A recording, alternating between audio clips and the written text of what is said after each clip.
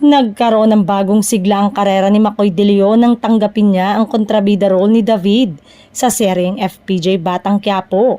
Sa katunayan, dahil sa pagiging epektibo niyang kalaban ni Coco Martin, ay nakakatanggap daw siya ng banta. Bagamat aware naman siya ng maraming naiinis sa kanya, wala raw naman siyang karanasang sinasalbahe kapag siya ay pumupunta sa out-of-town shows para ipromote ang kanyang TV series.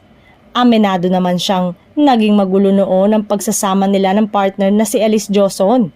Inamin na ng tuluyan ng aktor na totoo ang mga balita na lumalabas na hiwalay na sila ng partner niya. Say pa niya sa interview ni OG Diaz, madalas daw na nahuhusgahan daw siya ng publiko noong kasagsagan ng kontrobersya sa kanilang pagsasama. Gayunpaman, pinili lang daw niyang manahimik at huwag magsalita sa mga isyong binabato sa kanya. May mga pagkakataon daw na hindi na magandang naiisip niyang gawin sa kanyang sarili.